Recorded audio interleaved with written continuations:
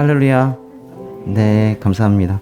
같이 계신 분들의 사정을 우리가 잘은 몰라도 좀 힘드신 분들도 있죠. 그렇죠?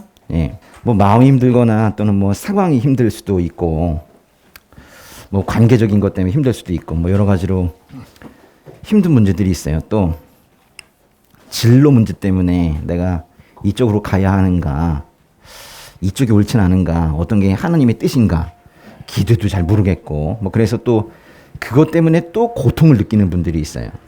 하나님의 뜻을 정확히 모르기 때문에 그래서 고통이 생긴다. 이게 여러 가지 이유로 고난을 겪고 있는 분들이 많이 있어요. 좀 뭐 구체적인 내용도 좀 알고 있어요. 그런데 우리가 이제 일단은 그런 상황을 볼 때 하나님께 기도하는 것이 매우 중요합니다. 저 사람을 도와주세요. 저 사람 풍성하게 살게 해주세요.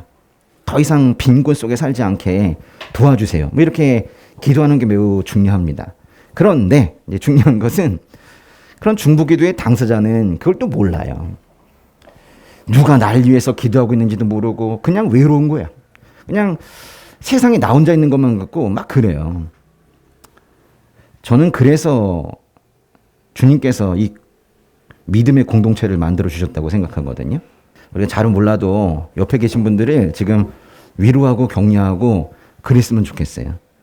우리가 아주 조용히, 조용히는 아니다. 예. 한번 박수를 한번 칠게요. 예? 어떤, 아니. 나한테 치지 말고. 그게 아니라 서로를 위해서 진짜 진심을 담아가지고 이런 마음 있죠. 다시 일어서세요. 소망을 가지세요. 예. 잘할 수 있습니다. 뭐 이런 마음으로 서로에게 박수를 한번 드리겠습니다.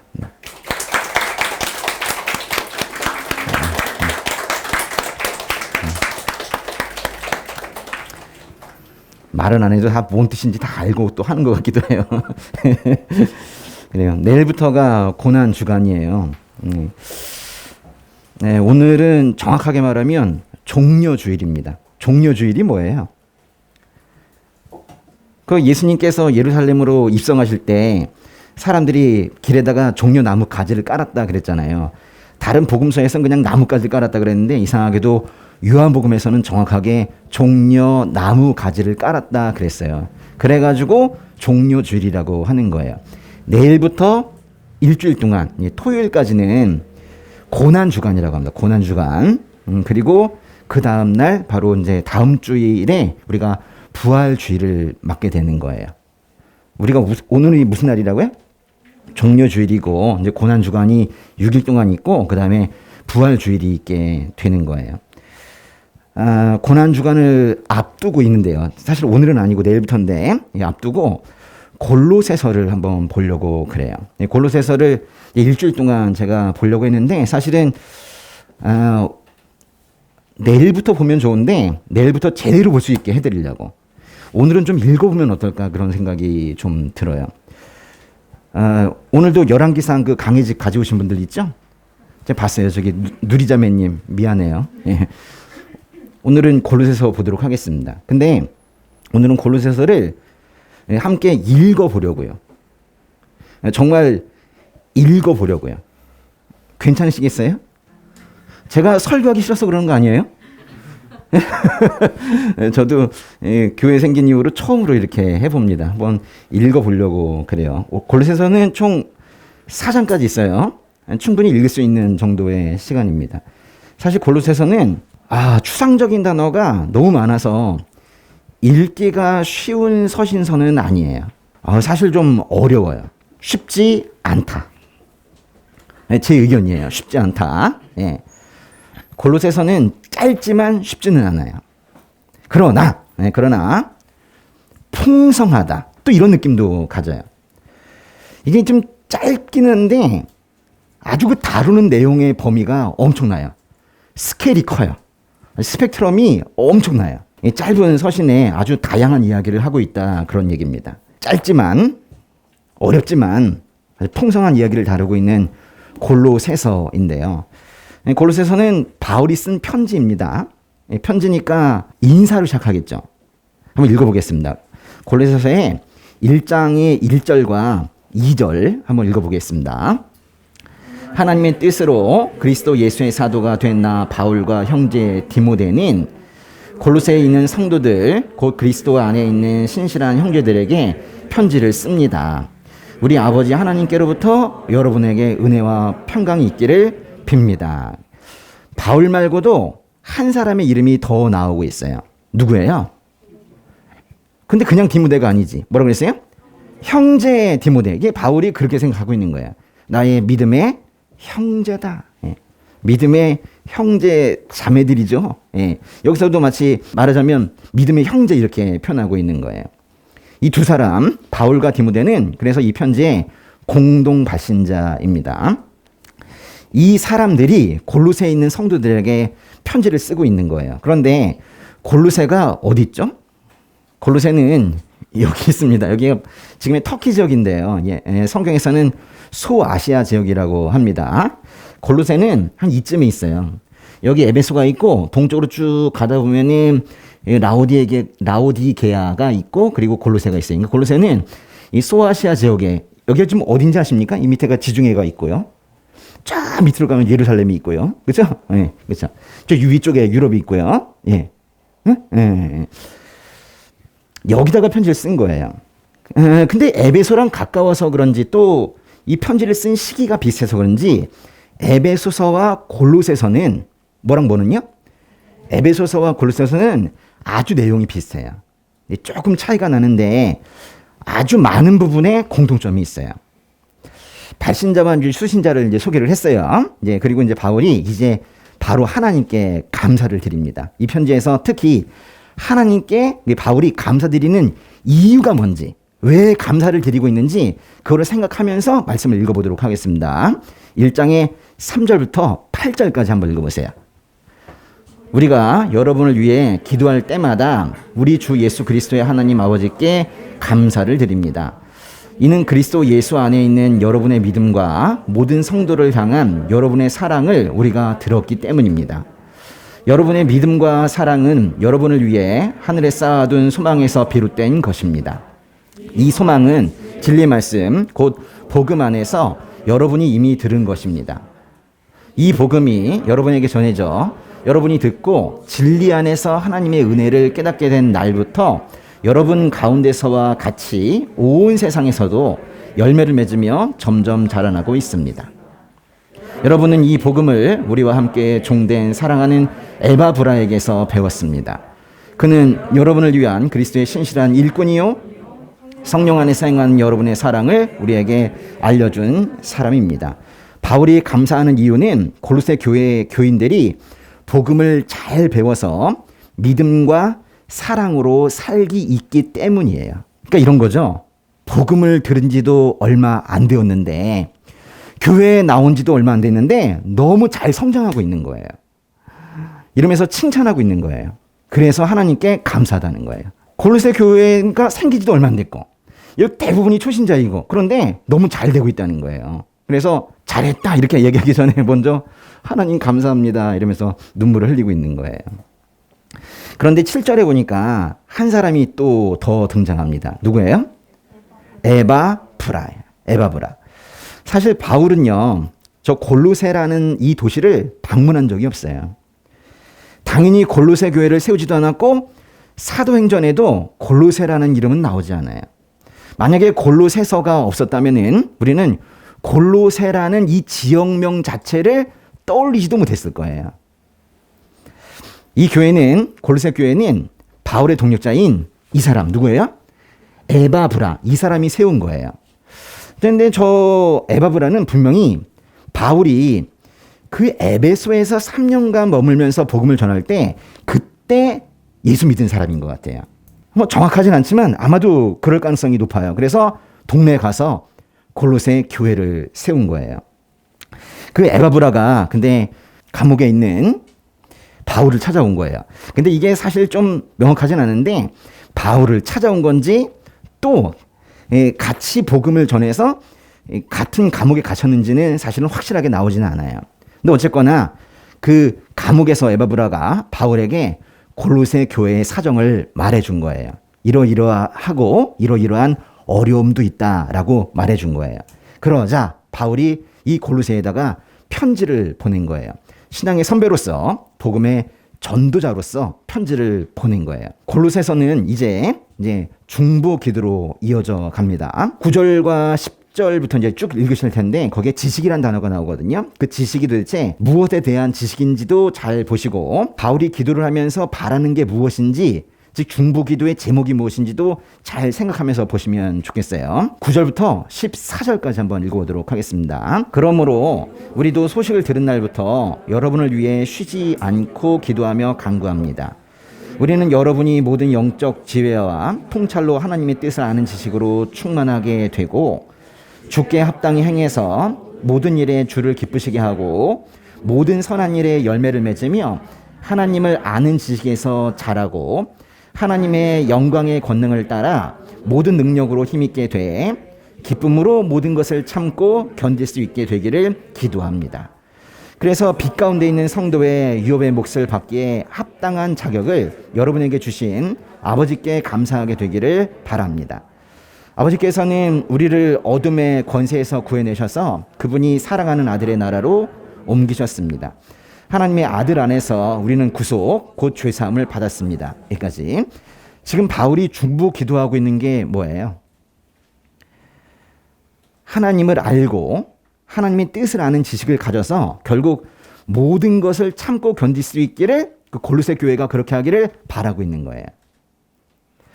하나님을 알고 하나님의 뜻을 알고 잘 참고 잘 견디고 그렇게 바라고 있는 거예요. 그렇게 되게 해달라고 지금 하나님께 중보 기도하고 있는 거예요.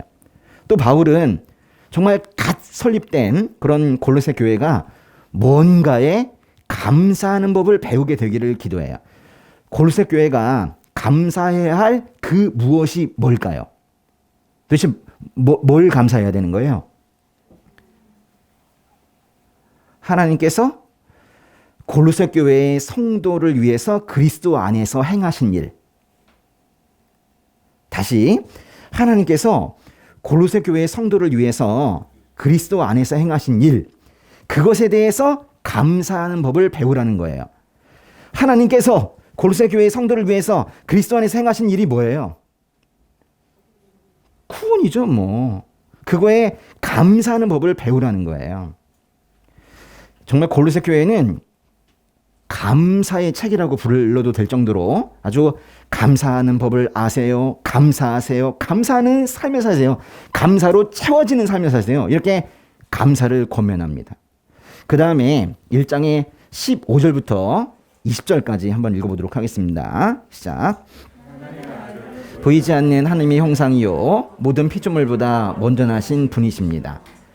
이는 하늘과 땅에 있는 모든 것들, 곧 보이는 것들과 보이지 않는 것들, 보좌들과 주권들과 권력들과 권세들이 하나님의 아들 안에서 창조됐기 때문입니다. 만물이 아들로 인해 창조됐고 아들을 위해 창조됐습니다. 하나님의 아들은 만물보다 먼저 계시고 만물은 그분 안에 함께 서 있습니다. 또 하나님의 아들은 그분의 몸인 교회의 머리십니다. 그분은 근본이시요 죽은 사람들 가운데서 먼저 살아나신 분이십니다. 이는 그분이 친히 만물 가운데 으뜸이 되시려는 것입니다.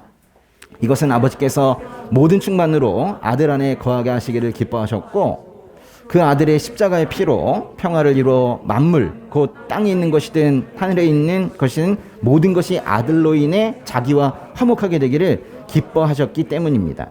지금 읽으신 부분은 전체가 다 예수님 얘기예요. 다 예수님 얘기예요. 예수님 이야기. 이걸 좀 신학적으로 좀 고급스럽게 얘기하면 기독론이라고 합니다. 기독론. 아주 그 성경에서 이 골로새서 1장만큼 기독론, 예수님이 누구신가를 잘 설명하고 있는 게 없다. 뭐 그런 얘기예요.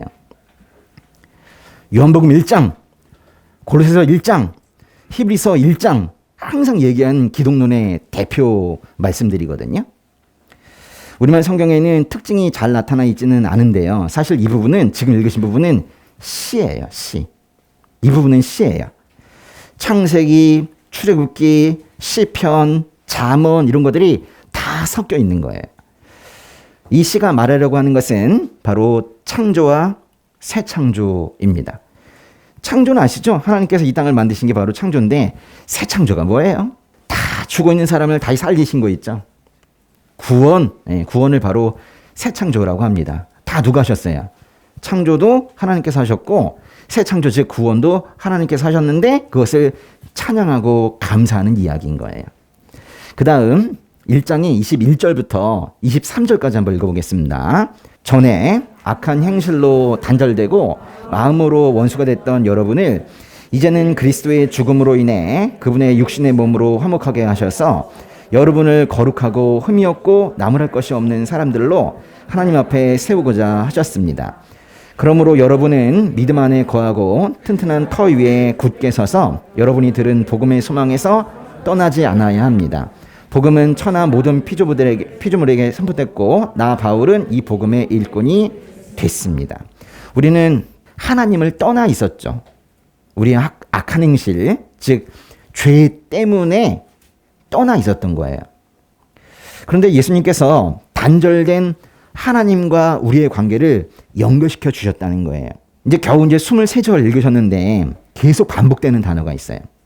뭐가 있냐면 우리말 성경 기준으로 이 골로새서에는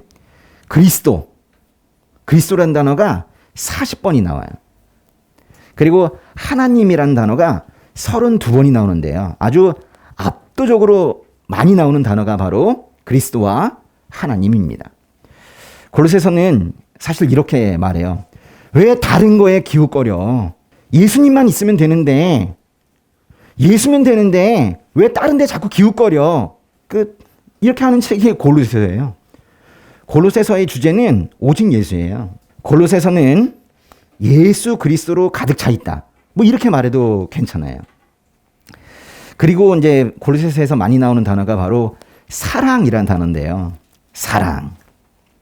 13번이나 나와요.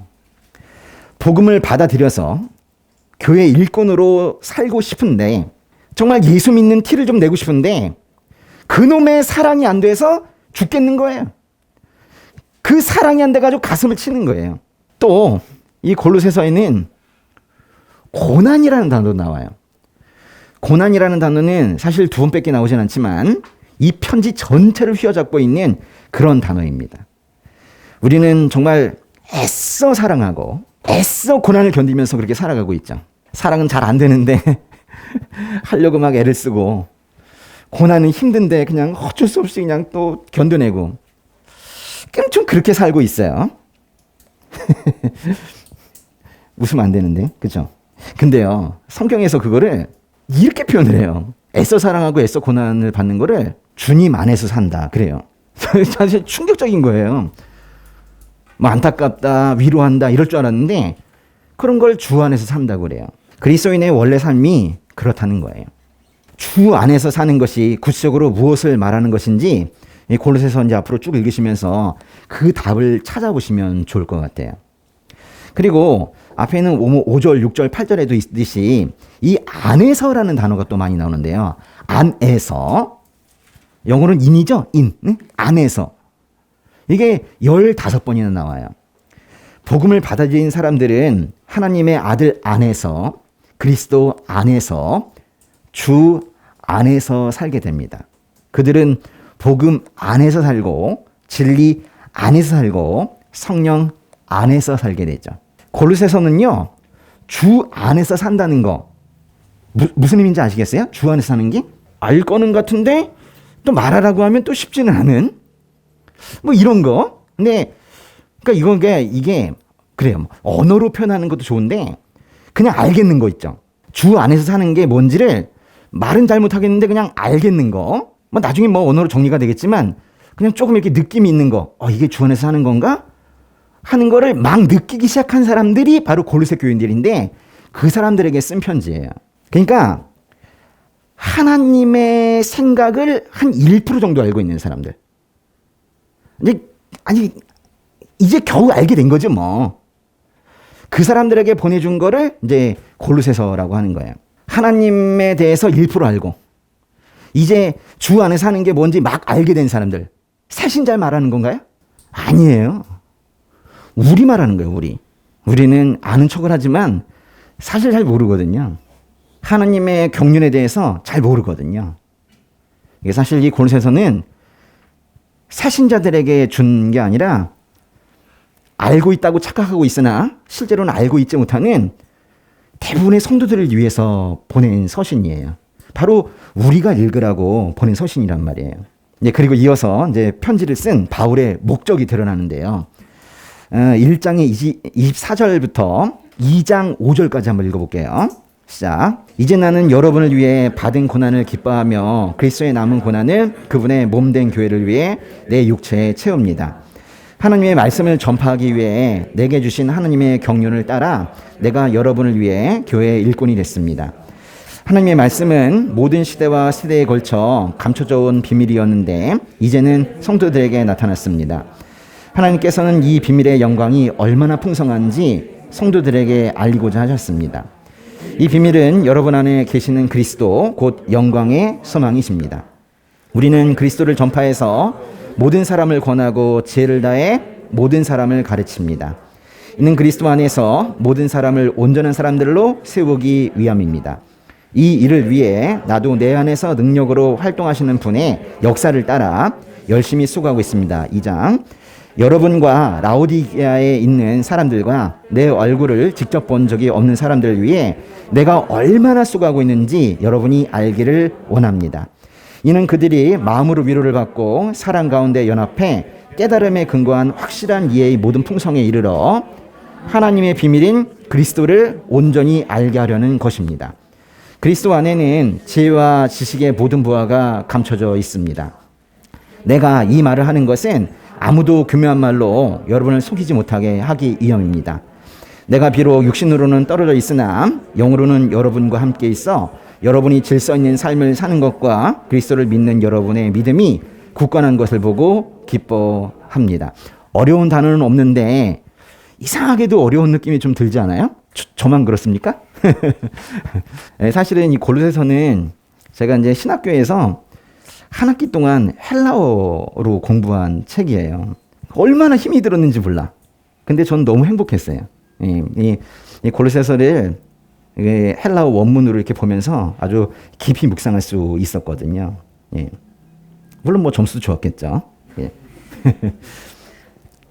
근데 이번에 이렇게 한글로 계속 읽으면서 또 느낌이 또 좀 다른 거예요. 물론 그때가 자꾸 기억이 나가지고 원문을 자꾸 보게 되긴 했지만은 이번엔 좀 더 묵상을 더 많이 해보려고 노력을 했어요. 참 좋은 책인 것 같아요. 그런데 제가 아까 말씀드렸지만 좀 어려운 것 같아요. 바울은 자신을 직접 보지 못한 골로새 교인들에게 자신이 맡은 사역을 비교적 상세하게 소개를 해요. 그래서 이 편지를 쓰는 이유를 밝혀요. 앞에서는 하나님의 목적 아래에 골로새 성도들이 있다는 얘기를 했거든요. 근데 이제 여기는 하나님의 목적 아래에 자기 사역도 있다고 그렇게 얘기하는 거예요. 그러니까 내가 지금 당신들에게 편지를 쓰는 거는 이건 내가 당신들에게 나의 의지로 쓰는 것이 아니라 이것도 하나님의 목적 중에 하나다. 하나님의 계획 중에 하나다. 이렇게 지금 말하고 있는 거예요. 바울은 골로새 성도들이 주님을 따라 열심히 뛰고 있는 자신의 수고를 알아줬으면 좋겠다고 그래요. 갑자기 자기 얘기를 해요. 또 그리고 골로새 성도들이 하나님의 비밀인 그리스도를 온전히 알기를 바래요. 뭐 이미 알기 시작했지만은 아주 온전히 예수님에 대해서 알기를 바라는 거예요. 그리고 아무도 교묘한 말, 이건 정말 무슨 나쁜 그런 뜻이 아니라 약간 그럴듯한 말 있죠. 그런 의미인데요. 그럴듯한 말로 골로새 성도들을 속이지 못하게 되기를 바란다는 거예요. 여기까지가 바로 굳이 말하면 편지의 서론이에요. 도입부입니다. 아주 길죠. 이제 바울은 그리스도인의 성숙에 대해서 구체적으로 말하기 시작해요. 신앙적으로 성숙해진다는 것 도대체 뭐예요? 여러분은 신앙적으로 성숙해졌습니까? 성숙해진 그리스도인의 특징은 뭐예요? 일단 뭐 말이 변하겠죠. 예? 정직하게 살려고 노력하겠죠. 또 뭐가 있을까요? 그런 것들 있죠. 우리는 참 이게 궁금한데 신앙적으로 성숙해지고 싶은 우리들에게 정말 궁금한 내용의 그 답이 이 골로새서에 있어요. 일단은 2장에 6절과 7절 한번 읽어보세요. 그러므로 여러분은 그리스도 예수를 주로 영접한 것처럼 주 안에서 사십시오. 여러분은 주 안에 뿌리를 내리고 세움을 받으며 가르침을 받은 대로 믿음 안에 굳게 서서 감사가 넘치게 하십시오. 키워드는 주 안에서이네요. 주는 그리스도이십니다. 그러니까 성숙한 그리스도인은 그리스도 안에서 살고 그리스도 안에서 행하는 사람이라는 거예요. 말씀을 보니까 이런 뜻이기도 하네요. 그리스도 안에서 살아야지 그리스도 밖에서 산다면 그거는 성숙한 그리스도인이 아니다. 그런 말인 것 같아요. 주 안에서 사세요. 정말로 그야말로 의미심장한 그런 말로 본문이 시작이 된 거예요. 주 안에서 살라. 이제 바울은 골로새 성도들이 성숙한 그리스도인으로 살지 못하도록 방해하는 것들을 언급해요. 우리는 분명히 성숙해지고 싶은데 성숙하지 못하게 방해하는 게 있다니까요. 그거를 말하는 거예요. 2장 8절부터 19절까지 한번 읽어볼게요. 시작. 아무도 여러분을 철학과 헛된 속임수로 사로잡지 못하도록 조심하십시오. 이런 것들은 사람의 전통과 세상의 초등학문을 따른 것이요 그리스도를 따른 것이 아닙니다. 그리스도 안에는 신성의 모든 충만이 육체의 모습으로 거합니다. 그리고 여러분도 그리스도 안에서 충만하게 됐습니다. 그리스도는 모든 권력과 권세의 머리이십니다. 그리스도 안에서 여러분은 육신의 몸을 벗어버리는 그리스도의 할례, 곧 손으로 하지 않은 할례를 받았습니다. 또한 여러분은 세례로 그리스도와 함께 장사됐고 죽은 사람들 가운데서 그리스도를 살리신 하나님의 능력을 믿음으로 그리스도 안에서 그리스도와 함께 다시 살아났습니다. 여러분은 죄와 육체의 무할례로 죽었으나 하나님께서 우리의 모든 죄를 용서하심으로 여러분을 그리스도와 함께 살리셨습니다. 하나님께서는 우리를 거슬러 대적하는 조문들이 담긴 채무 증서를 제거하시고 그것을 십자가에 못 박아 우리 가운데서 없애버리셨습니다. 또한 십자가로 권력들과 권세들을 무장해제시키시고 그들을 공개적인 구경거리가 되게 하셨습니다. 그러므로 여러분은 먹고 마시는 일이나 절기나 추수달 축제나 안식일과 관련된 문제로 아무도 여러분을 판단하지 못하게 하십시오. 이런 것들은 앞으로 올 것들의 그림자일 뿐이요 그 실체는 그리스도께 속해 있습니다. 아무도 거짓된 겸손과 천사 숭배를 주장해서 여러분의 상을 빼앗지 못하도록 하십시오. 그런 사람은 자기가 본 것들에 집착해 육신의 생각으로 헛되게 교만해져서 머리를 굳게 붙들지 않습니다. 온몸이 머리이신 그리스도로부터 마디와 힘줄을 통해 영양을 공급받고 서로 결합돼 하나님께서 자라게 하시는 대로 자라납니다. 철학과 헛된 속임수, 사람의 전통, 세상의 초등학문, 거짓된 겸손, 천사 숭배, 이런 거짓 가르침들이 그리스도인들의 성숙을 방해한다는 거예요. 그래서 바울은 이런 거짓 가르침을 공격하면서 그리스도인의 정체성을 다시 한번 일깨워주는 거예요. 너희는 뭐냐? 그리스도인이 뭐냐? 그리스도인이 누구예요? 그리스도와 함께 장사됐고 그리스도와 함께 다시 살아난 사람이지 않냐? 왜 속냐? 왜 그런 거짓 가르침에 왜 넘어가느냐? 그리스도인이 누구냐? 이렇게 죽고 이렇게 살았다. 그리스도와 함께 죽고 그리스도와 함께 산 사람을 우리가 그리스도인이라고 하지 않느냐? 이렇게 말해주는 거예요. 그러면서 왜 자꾸 기웃거리냐요? 왜 다른데 기웃거리냐? 왜 거짓 가르침들에 자꾸 넘어가냐는 거예요. 예수만 있으면 되지 왜 자꾸 다른데 기웃거리냐는 거예요. 그렇게 이상한 가르침에 자꾸 신경을 쓰고 성경 공부하고 싶은데 어떻게 재밌게 가르쳐주는 데 없나? 뭐 이러면서 자꾸 기웃거리다가 결국 넘어가는 거 아니냐? 이런 얘기를 하는 거예요. 바울은요. 그 다음 단락에서 이걸 좀 더 구체적으로 말해요. 2장 20절부터 3장의 4절까지 한번 읽어보겠습니다. 여러분은 세상의 초등학문에 대해 그리스도와 함께 죽었는데 왜 세상에 속해 사는 것처럼 헛된 규정들에 굴복합니까? 붙잡지도 말라, 맛보지도 말라, 만지도 말라 하면서 말입니다. 이것들은 모두 사용되다가 없어질 것이요 사람들의 계명과 가르침에 따른 것입니다. 이런 규정들은 꾸며낸 경건과 거짓 겸손과 육체를 괴롭히는 데는 지혜 있는 모양을 가지지만 육신의 욕망을 억제하는 데는 아무런 유익이 없습니다. 그러므로 여러분이 그리스도와 함께 살리심을 받았으니 위에 있는 것들을 추구하십시오. 거기에는 그리스도께서 하나님의 오른편에 앉아 계십니다. 위에 있는 것들을 생각하고 땅에 있는 것들을 생각하지 마십시오. 여러분 이미 죽었고 여러분의 생명은 그리스도와 함께 하나님 안에 감춰져 있기 때문입니다. 여러분의 생명이신 그리스도께서 나타나실 때 여러분도 그리스도와 함께 영광 가운데 나타날 것입니다. 바울은 그리스도인이란 그리스도와 함께 죽고 그리스도와 함께 살리심을 받은 사람들이라는 것을 다시 한번 언급해요. 정말 중요한 말인가 봐요. 바울이 거의 절규하다시피 이 말을 다시 하는 거예요. 정말 호소하는 거예요. 그리스도인은 그리스도와 함께 죽고 그리스도와 함께 살리심을 받은 사람들이다. 이걸 계속 강조하는 거예요. 이제 바울이 골로새 성도들에게 이제 권면을 하기 시작해요. 이러이러해라 이러면서 권면을 시작해요. 3장 5절부터 11절까지 한번 읽어보겠습니다. 그러므로 땅에 속한 지체들을 죽이십시오.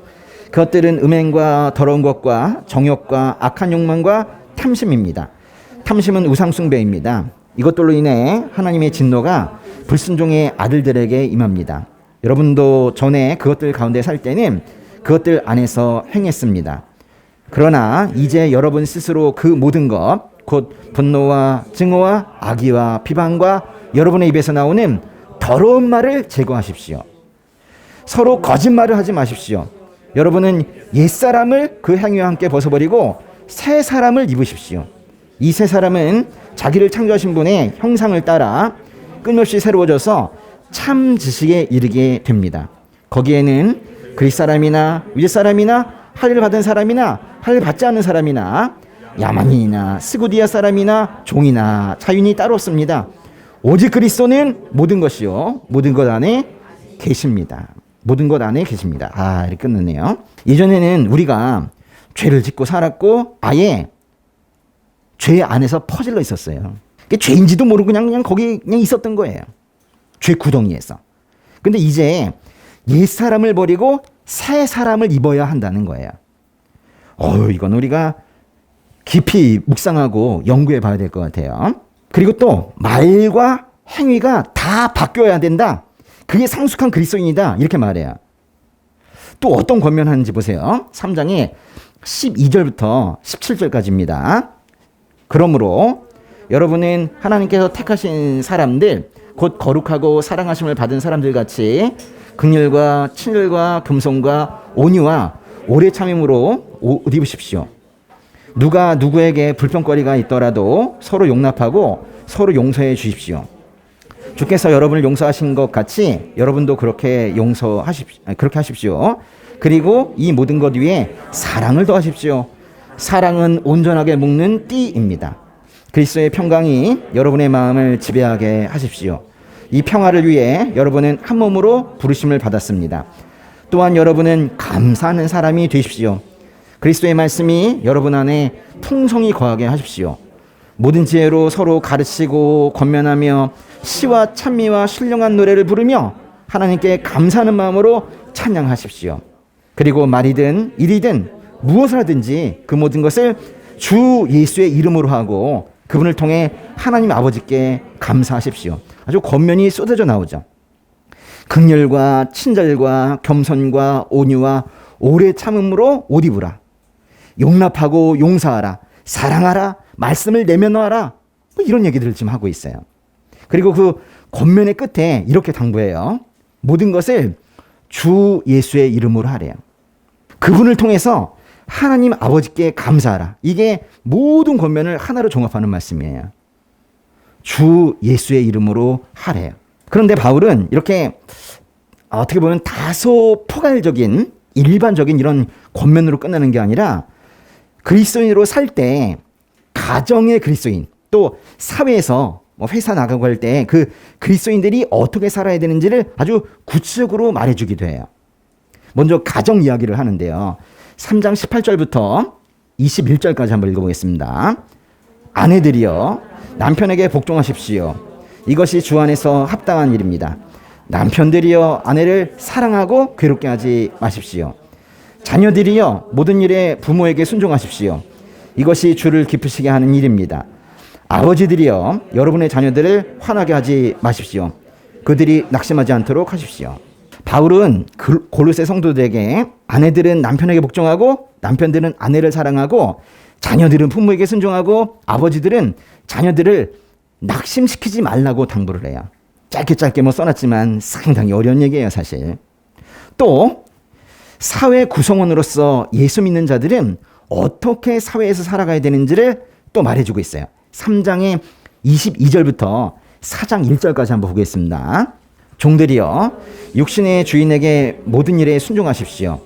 사람을 기쁘게 하는 사람들처럼 눈가림만 하지 말고 주를 경외함으로 진실한 마음으로 하십시오. 무슨 일을 하든지 사람에게 하듯 하지 말고 주께 하듯 마음을 다해 하십시오. 이는 여러분이 주께 욥의 상을 받을 줄을 알기 때문입니다. 여러분이 섬기는 분은 주 그리스도이십니다. 불의를 행하는 사람은 자기 행위의 대가를 받을 것입니다. 거기에는 외모로 사람을 차별하는 일이 없습니다. 주인들이여 의와 공평으로 종들을 대하십시오. 여러분에게도 하늘의 주인이 계시다는 것을 아시기 바랍니다. 종들은 주인에게 복종하고 주인들은 종들을 공평하게 대해야 한다는 거예요.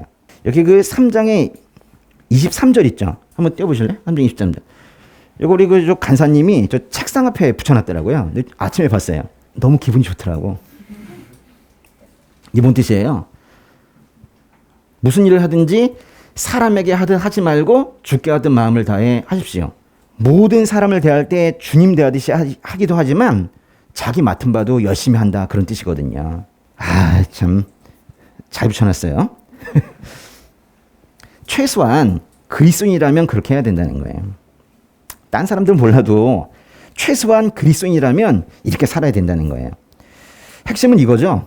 이거예요. 무슨 일을 하든지 사람에게 하든 하지 말고 주께 하든 마음을 다해 하십시오. 또 여러분에게 하늘의 주인이 계시다는 것을 아시기 바랍니다. 그러니까 사람을 대할 때에도 항상 하나님이 계시다는 것을 알고 대해야 된다는 거예요. 밉다고 그냥 분노합니까? 하나님께서 사랑하시면은 나도 사랑으로 바라봐야 되는 거예요. 하나님께서 긍휼하게 보시면은 내가 무시하면 안 되는 거예요. 하나님께서 긍휼하게 보시면 나도 긍휼하게 봐야 되는 거예요. 자긴 더 긍휼해. 그걸 모르는 거예요. 저는 결혼 생활의 비밀을 사실은 이 성경을 통해서 알게 됐어요. 아내를 처음에는 사랑해야 되는 줄 알았어요. 근데 그거 그렇게 그 사랑의 감정이라는 게 오래 못 가더라고요.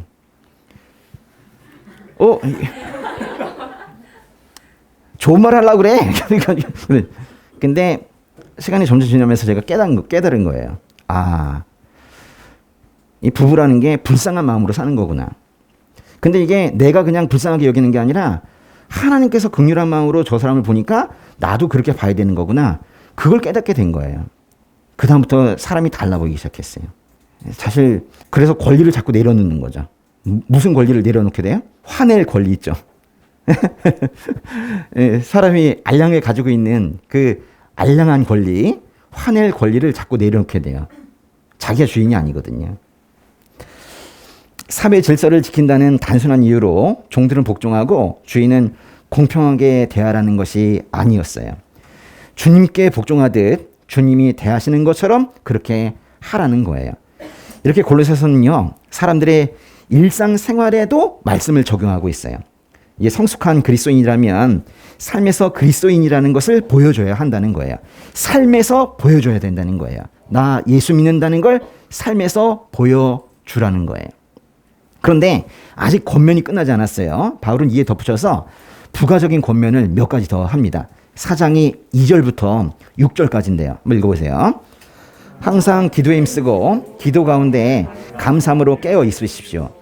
또 하나님께서 우리에게 전도의 문을 열어주셔서 그리스도의 비밀을 말할 수 있도록 우리를 위해서도 기도해 주십시오. 나는 이 일 때문에 매여 있습니다. 내가 마땅히 해야 할 말로 그리스도의 비밀을 나타낼 수 있도록 기도해 주십시오. 외부 사람들을 대할 때는 지혜롭게 행하고 기회를 선용하십시오. 여러분은 언제나 소금으로 맛을 내는 것 같이 은혜롭게 말하십시오. 그러면 여러분은 각 사람에게 어떻게 말할 것인지 알게 될 것입니다. 우리는 그 골로새서 4장 3절에 나는 이 일 때문에 매여 있습니다. 이 표현을 통해서 이 서신이 옥중서신이라는 걸 알게 됐어요. 바울은 지금 감옥에서 지금 이 편지를 쓰고 있었던 거예요. 바울은 항상 기도하라고 당부하면서 기도 제목도 주고 있어요. 이거 가지고 기도해 라고 말하고 있어요. 감옥에 있는 자신이 계속 전도할 수 있게 해달라고 또 기도해달래요. 그리고 소금으로 맛을 내는 것 같이 은혜롭게 말하십시오 라고 했는데요. 무슨 뜻이에요? 뭔가 은혜로운 말을 하라는데 소금으로 맛을 내는 것 같이 이렇게 하래요. 아주 우리가 깊이 생각해 볼 그럴 말씀인 것 같아요. 한번 읽으시면서 계속 한번 깊이 묵상해 보세요. 그리고 이제 바울이 마무리 인사를 합니다. 4장의 7절부터 18절까지인데요. 나에 대한 모든 소식은 두기고가 여러분에게 전해줄 것입니다. 그는 주 안에서 사랑하는 형제요, 신실한 일꾼이요, 함께 종된 사람입니다. 내가 두기고를 여러분에게 보낸 것은 바로 이 목적을 위해서입니다. 곧 여러분이 우리의 사정을 알고 또 하여금 여러분의 마음을 위로하게 하려는 것입니다. 신실하고 사랑받는 형제인 오네시모도 함께 보냅니다. 오네시모는 여러분에게서 온 사람입니다. 그들이 이곳 사정을 여러분에게 자세히 알려드릴 것입니다. 나와 함께 감옥에 갇혀있는 아리스타고와 바나바의 조카 마가가 여러분에게 안부를 전합니다. 마가가 여러분에게 가면 그를 잘 영접하라는 지시를 여러분이 이미 받았을 줄 압니다. 또 유소라 하는 예수도 안부를 전합니다. 할례를 받은 사람들 가운데 오직 이들만이 하나님 나라를 위해 일하는 동역자들이요, 내게 위로가 돼준 사람들입니다. 여러분에게서 온 그리스도 예수의 종 에바브라가 여러분에게 안부를 전합니다. 그는 여러분이 하나님의 모든 뜻 가운데 온전하게 서고 완전한 확신에 이르도록 하려고 여러분을 위해 항상 힘써 에바브라가 여러분과 라오디게아에 있는 사람들과 히에라볼리에 있는 사람들 위해 많이 수고하는 것을 나는 증언합니다. 사랑하는 의사 누가와 데마도 여러분에게 안부를 전합니다. 라오디게아에 있는 형제들과 눈바와 그녀의 가정교회에 안부를 전합니다. 여러분이 이 편지를 읽은 후에는 라오디게아에 있는 교회에서도 읽을 수 있도록 하십시오. 또한 여러분도 라오디게아에서 오는 편지를 읽으십시오. 그리고 아키뽀에게 주 안에서 받은 임무를 위해 완수하라고 일러주십시오. 나 바울은 친필로 안부를 전합니다. 여러분은 내가 갇힌 것을 기억하십시오. 은혜가 여러분에게 있기를 빕니다. 박수 한번 칠까요? 보세요. 이게 읽을 수 있잖아요. 그렇죠? 지금 제가 지금 설명을 해서 좀 오래 걸렸는데 그냥 혼자 읽으면 몇 분 걸리게요? 15분 정도면 읽어요. 우리는 골로새서 4장 8절에 그 내가 두기고를 여러분에게 보낸 것이라는 표현을 통해서 두기고라는 사람이 이 편지의 전달자라는 걸 알게 되었어요. 바울은 다른 동역자들의 문안 인사도 전하고 골로새 주변 교회에게도 안부를 전해요. 근데 뭐 라오디게아에 보낸 편지도 읽고 너희가 읽은 것도 라오디게아에 보내라 뭐 이런 걸 보니까 이게 돌려 읽는 회람 서신인 것 같기도 해요. 근데 우리는 이 마지막 단락을 보면서 이 골로새서가 이 추상적인 논리를 다루는 글이 아니라 진짜 편지구나 라는 것도 알게 되었어요. 그러니까 우리들은 골로새서를 읽으면서 무슨 교리서 읽듯이 그렇게 딱딱한 글 읽듯이 그렇게 읽지 마시고 실제 편지를 받은 마치 골로새 성도인 것처럼 그런 성도의 입장에서 수신자의 입장에서 읽으시면 좋을 것 같아요. 사실 골로새서는 골로새 교회의 실제적인 문제점에 대해서 말하고 있어요. 골로새 교회의 문제점이 뭐예요? 율법주의, 천사숭배 등의 이단 문제예요. 그러니까 이단이 들어와가지고 골치를 썩고 있으니까 바울이 그걸 해결하려고 편지를 쓴 거예요. 그런데 우리는 오히려 그런 잘못된 가르침에 집중하기보다 골로새서가 말하는 진리에 집중해야 되는 거예요. 그 이단이 영지주의냐 뭐냐 천사숭배냐 뭐냐 그런 거는 신학자들이 하게 놔두시고 여러분은 그런 거에 집중하는 게 아니에요. 우리는 골로새서가 말하는 진짜 진리 여기에 집중해야 되는 거예요. 이 고난주간 동안에 골로새서를 하루에 한 번만 좀 읽으면 어떨까요? 강력히 권고드립니다. 아니 하루에 하나님의 말씀을 읽는데 15분도 드리지 못한다면 그 종교란에 기독교라고 쓰지 마세요. 그건 좀 그렇잖아요. 그죠? 네. 일주일 동안에 골로새서 읽는 동안 그 3장 15절의 말씀처럼 그리스도의 평강이 여러분의 마음을 지배하게 되기를 바랍니다. 네, 네, 기도하겠습니다.